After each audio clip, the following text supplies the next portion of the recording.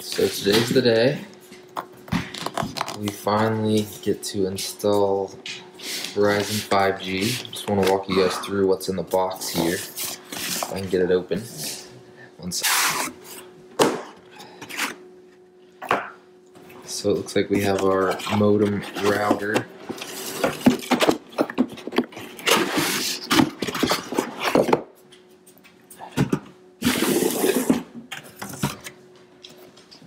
So we have a couple LEDs here. Looks like battery, must have a built-in battery, 5G, 4G, and Wi-Fi.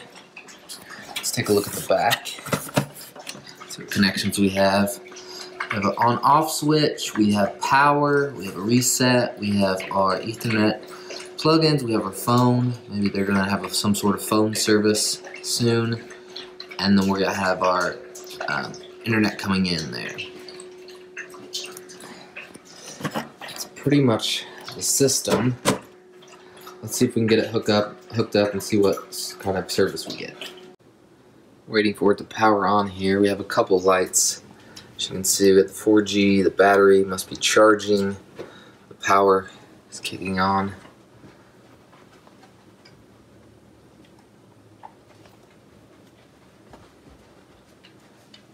.4G, the light indicator changed colors. So you can see better there. Still waiting on that 5G signal. A couple different icons on now. We have the Wi-Fi connected and the 5G is sort of an amber color. There we go, just kicked on to green, so let's go give it a try. Test here, just going to fast.com. Pretty good speeds so far.